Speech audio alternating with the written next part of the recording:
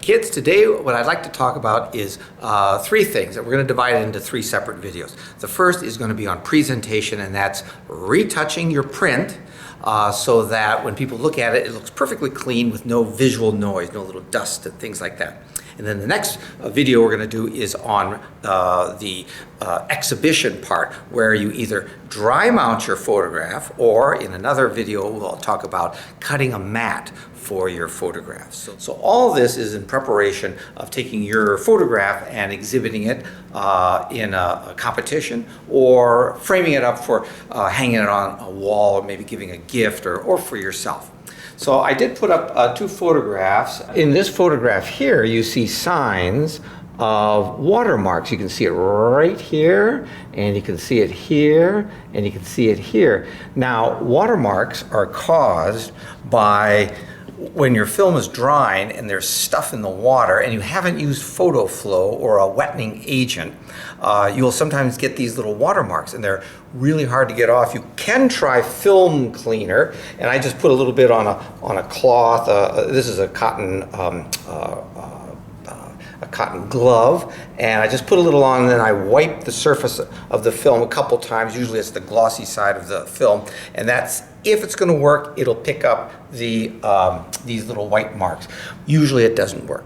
So then what you need to do is take the negative, if it's an important one, and re-soak it in distilled water with a little photo flow in it for about 5 minutes, and then hang to dry. So it's kind of a pain. So it's better if, when you're developing your film, as we mentioned in our film development section, that you take your film and always treat it with photo flow, usually with distilled water, before you hang to dry. Then you won't get these little watermarks. This little guy here, and then this guy here, and then here's a nice one in here.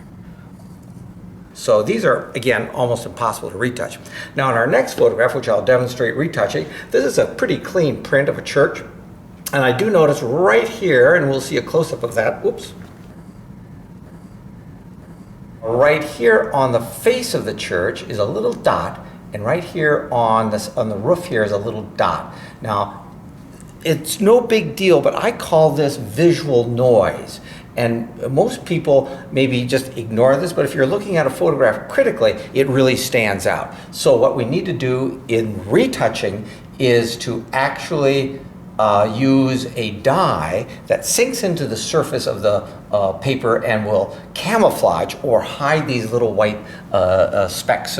And these white specks, by the way, are caused by dust. These little specks can sometimes be brushed off the negative before you print using either film cleaner or a little static master brush like this to dust the film right before you put it in the enlarger. And the idea of the static master is that it keeps static from being on the film, and then dust won't adhere to it sort of like a magnet. Let's take this photograph now, and I'll show you how to retouch these little dust marks.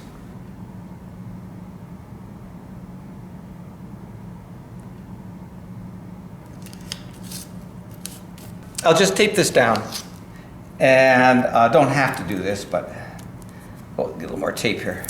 And so here's some of the things that I've gotten together. First, we're going to use a product called Spot Tone. Now there are other products, but Spot Tone is one that I'm familiar with that allows you to put a little dye on the print that camouflages the white marks. So usually Spot Tone, at least it used to come in 3 bottles.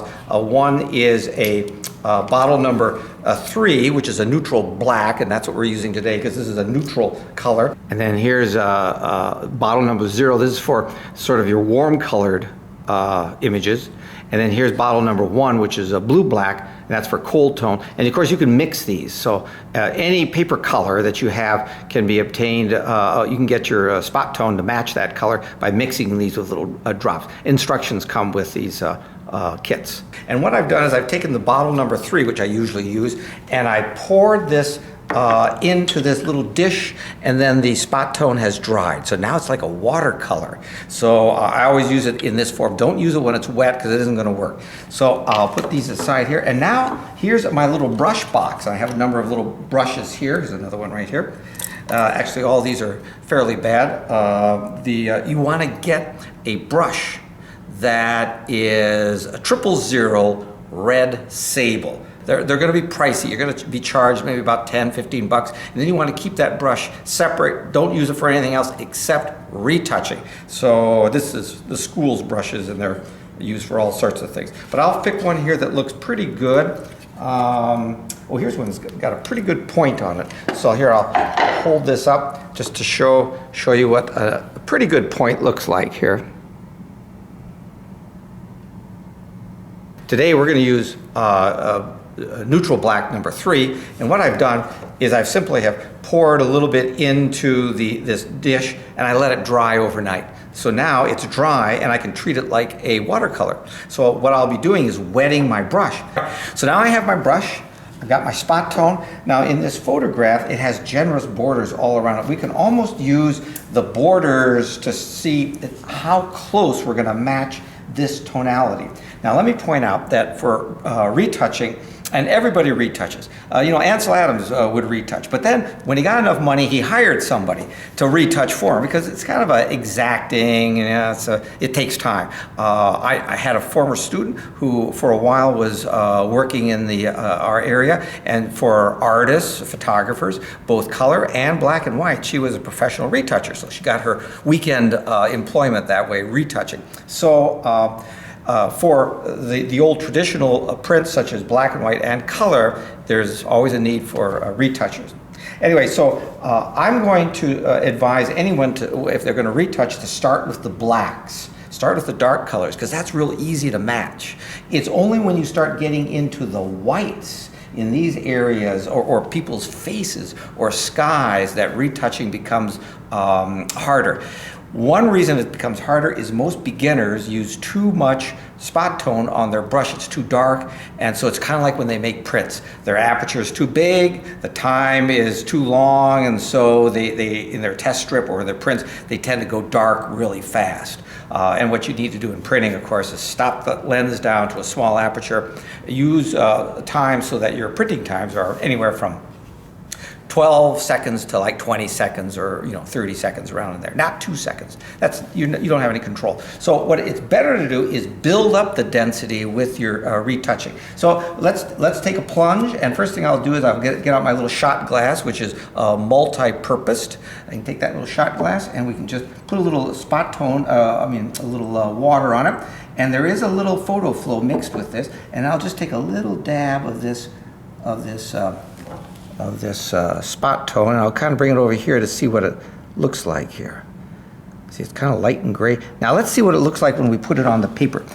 You see what it looks like? See, there's a lid. It's kind of light, and it will darken a little bit when you put it on. So your brush doesn't hold too much, and sometimes I play it out on the paper so that it gets a little bit lighter. And then I'm trying to match now this area right in here. So you see there's 2 areas here. So I can try hazarding a little dot. I'll just put a little dot in there. And again, we're talking about camouflaging. And just a little bit to make it kind of disappear from the eye. I think that's good. That's pretty good, yeah. Again, it's camouflaging. If I get in close with a little magnifying glass, you'll see it. But just standing back, it just becomes, disappear. So how about this guy right over here? Let me put a little more water on my brush, and again, kind of use the border here. A little more water, a little more spot tone. Now you can see why it takes time to do. These borders come in handy. All right, so then we'll just put a little drop right there. Deet. If you make little noises, deet, deet, helps. Now if you got too much water on your brush, what happens is you get a little bead of water.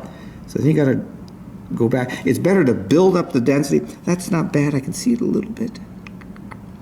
I'll show you another little gadget that sometimes I use, especially at home. That's good. That's camouflaged. I'll show you my little gadget that I use, especially if you've got little areas of your print. I use these little guys. These are jewelers use these for it, and just put it on your head like this, and then it's also great around Halloween for going out and, you know, costumes, stuff like that. So this dye sinks in. Once it sinks in, it becomes part of the image. I use distilled water so that in time, the water, if you're using crummy water, then it might change the color over time. It's much better not to retouch if you're going to take a white speck and make it black, you know, and then it really stands out. It's no good. So practice. Use old prints to practice on, and then once you've got it, then you're ready for the next part of your presentation, either dry mounting or we'll cut a mat. So here, you know, these jeweler glasses are great for getting in close, being able to see those little spots on your photograph. And then, of course, you know, come either Mardi Gras or Halloween, you can also put on this little thing with other feathers and things like that and go out to parties.